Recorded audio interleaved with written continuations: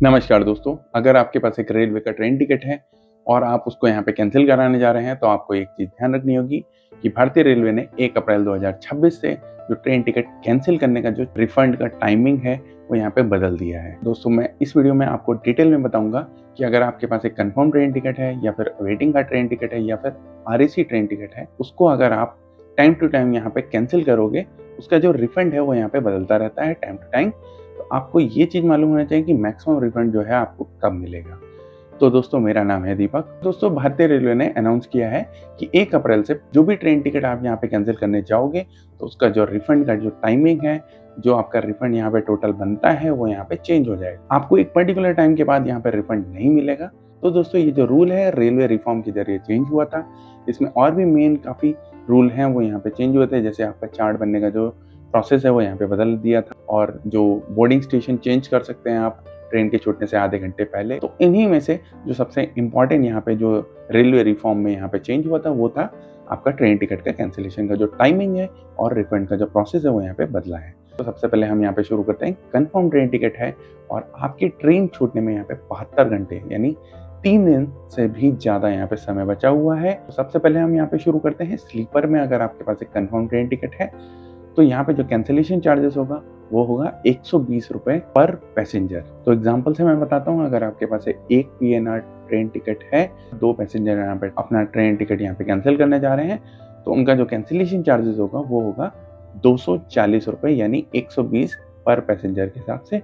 2 passenger हो गए यहाँ पे 240। फिर हम बात करेंगे, अगर आपके पास एक कंफर्म ट्रेन टिकट है थर्ड एसी, थर्ड इकोनॉमी और चेयर कार का, और ट्रेन छूटने में यहाँ पे 72 घंटे से ज़्यादा यहाँ पे समय बचा हुआ है, तो जो कैंसिलेशन चार्जेस होगा, वो होगा 180 रुपए प्लस जीएसटी पर पैसेंजर। यानी कि अगर आपके पास एक ट्रेन टिकट है, जो टोटल फेयर है वो है 500 रुपीज़, उसमें एक ही पैसेंजर यहाँ पे ट्रैवल कर रहा है, तो जब वो ट्रेन टिकट यहाँ पे कैंसिल होगा, तो उसका जो रिफंड होगा, वो होगा करीब करीब 313 या 314 रुपए के करीब।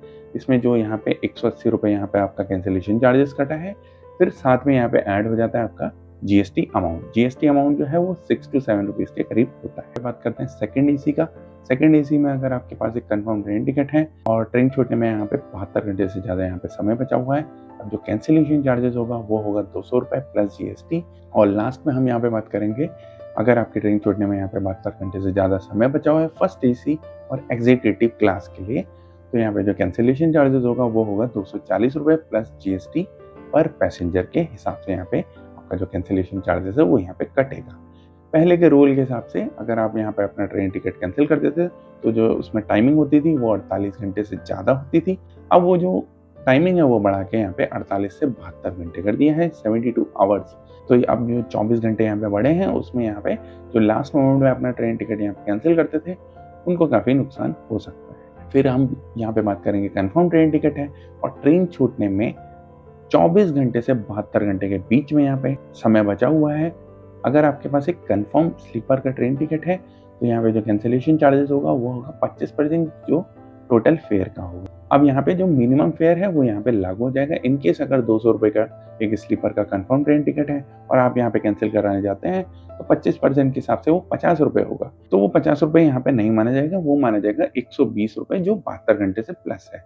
तो वो जो मिनिमम फेयर की वैल्यू है, वो यहाँ पे लागू हो जाएगी। इसी तरह से अगर हम इसी क्लास में हम यहाँ पे देखेंगे, तो उसका जो कैंसिलेशन चार्जेस है, अगर 24 घंटे से 72 घंटे के बीच में है, तो अगर इसी क्लास में यहाँ पे कंफर्म ट्रेन टिकट है, कोई सा भी यहाँ पे third AC, third economy, first AC या चेयर कार का, तब यहाँ पे जो कैंसिलेशन चार्जेस होगा, वो होगा आपका 25% टोटल फेयर का प्लस जीएसटी यहाँ पे लागू हो जाएगा। फिर हम यहाँ पे बात करते हैं, अगर आपके ट्रेन छूटने में 8 घंटे से 24 घंटे के बीच में यहाँ पे बचे हुए हैं, तब जो कैंसिलेशन चार्जेस होगा, वो यहाँ पे क्या होगा।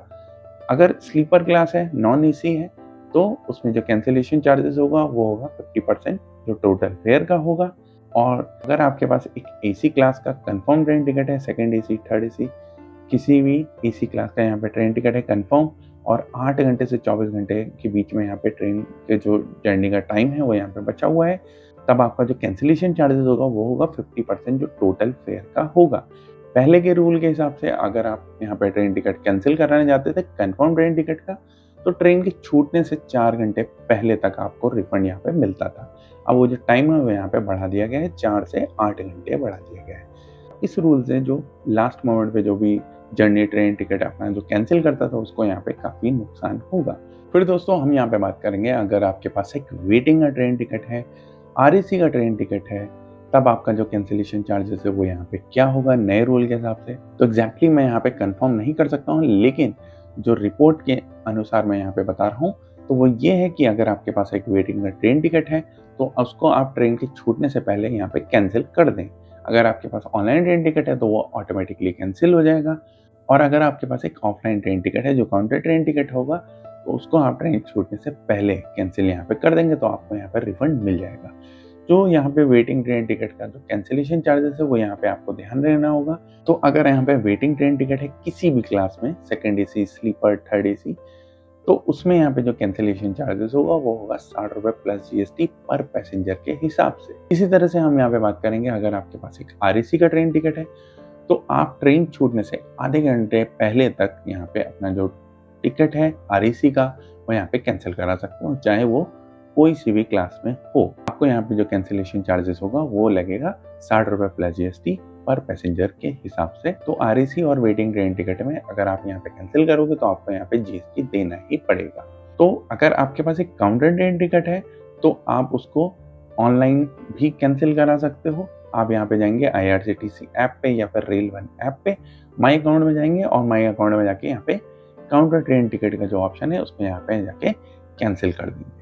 कैंसिल करने के बाद आपको रिफंड जो है वो अगले दिन, जैसे आप यहाँ पे आपके स्टेशन जो है वो दूर पड़ रहा है तो आप यहाँ पे कैंसिल कर सकते हो। फिर अगले दिन आप जाके वो जो अपना वेटिंग ट्रेन टिकट का जो पैसा है या कंफर्म ट्रेन टिकट का जो पैसा है वो ले सकते हो। और अगर ऑनलाइन ट्रेन टिकट है तो उसको आप अपना IRCTC या रेल वन ऐप से यहाँ पे कैंसिल कर सकते हैं। इसमें जो रिफंड होगा वो अलग अलग होता है, जैसे कि 2 से 4 दिन या 7 दिन के भीतर आपके ओरिजिनल पेमेंट अकाउंट पे जहाँ से आपने किया है पेमेंट वहाँ पे आ जाएगा। फिर दोस्तों हम यहाँ पे फाइनली बात करेंगे, अगर आपके पास एक तत्काल का ट्रेन टिकट है तो रेलवे का जो नियम है वो अभी भी सेम ही है। अगर आपके पास एक कंफर्म ट्रेन टिकट है तो उसको अगर आप यहाँ पे कैंसिल करोगे तो आपको कोई रिफंड नहीं मिलेगा, और अगर आप यहाँ पे वेटिंग का तत्काल टिकट है तो उसको जब यहाँ पे कैंसिल करोगे तो आपको यहाँ पे रिफंड जो है वो यहाँ पे मिलेगा।